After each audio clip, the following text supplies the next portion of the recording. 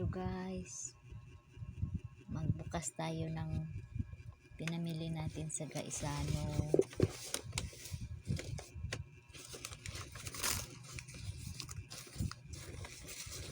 Yan, ang ano niya, ang presyo niya. Kano ito?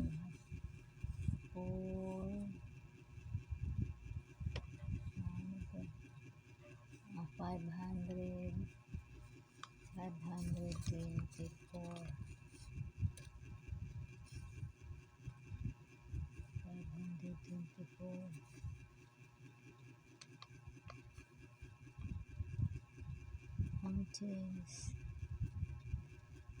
467 kasi nabili ako sa kanya ng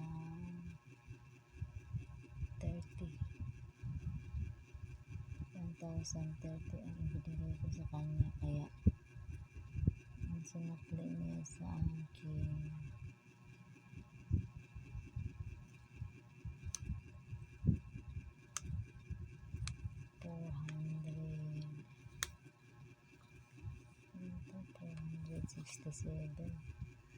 467 ito.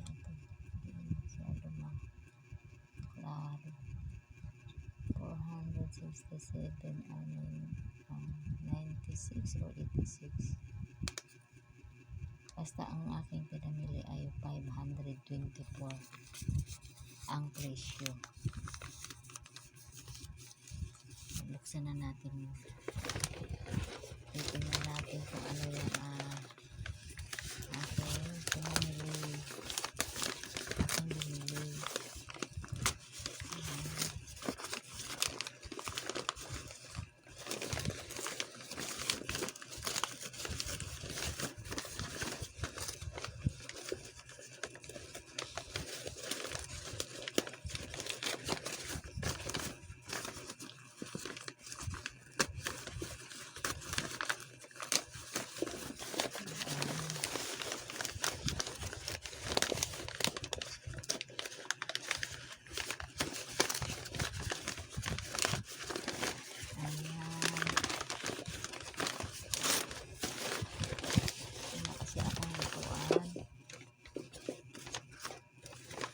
Maitim na yung ginagamit ko sa kahoy, yung ginagamit ko sa pagluluto, kaya maitim na siya.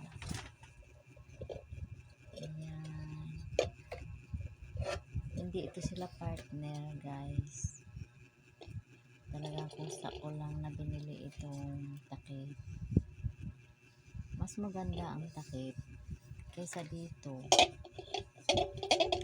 Ano mo ang presyo ng takip? Takip lang 319.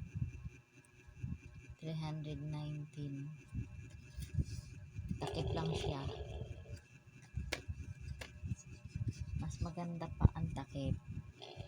Mas maganda din naman ito kasi pinili ko ito dahil para sa kahoy. 205 lang siya. 205. Ayan. Para pwede ako rito makapag-pirito ng isda, pwede rin makapagluto ng ulam. Ayan.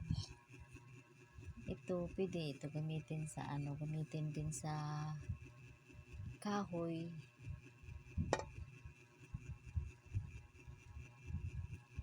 Ito ang pinili ko dahil para pwede gamitin sa kahoy.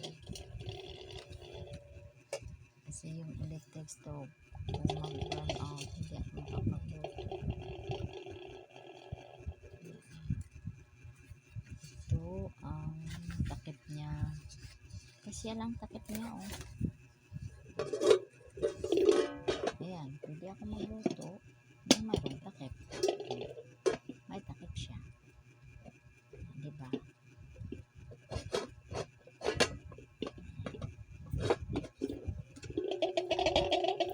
Alisin na natin ito. Ano ito?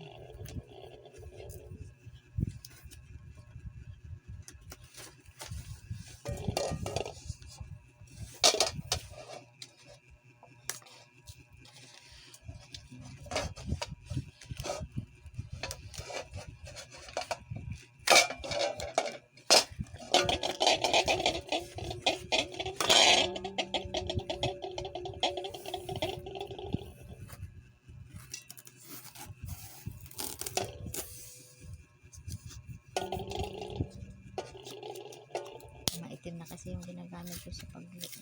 Yung ginagamit ko sa kahoy. Nagluto ako ng kamote. Yan.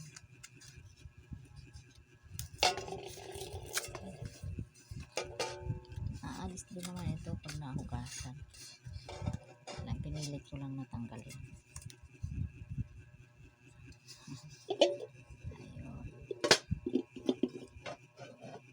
Ayun.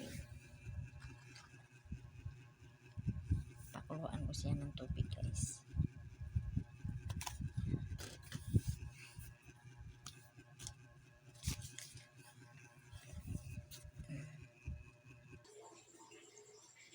Ayan, pakuluan ko siya ng tubig, guys.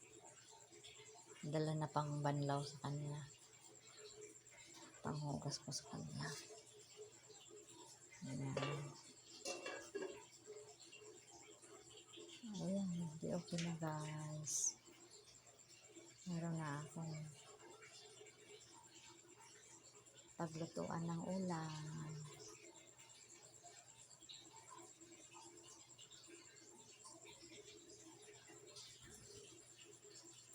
Kukuliin ko lang yan.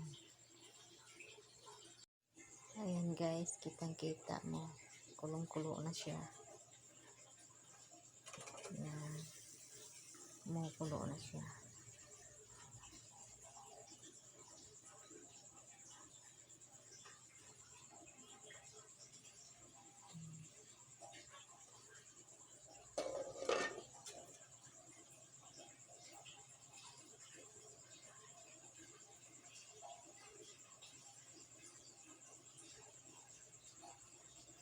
Para maaalis lang yung mga dumi niya.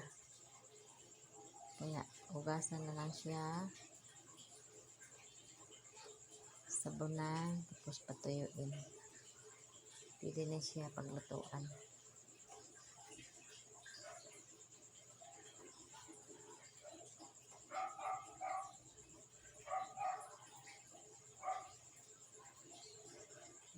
Kitang-kita sa kahit siya nakatakip, kitang-kita na siya kumukulo.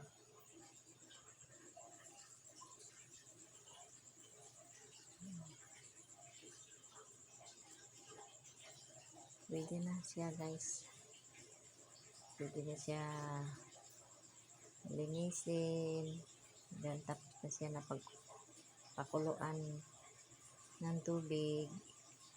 Tapos pwede na siya gamitin. Ayan na, guys. Meron na akong bagong paglutuan. Thanks for watching.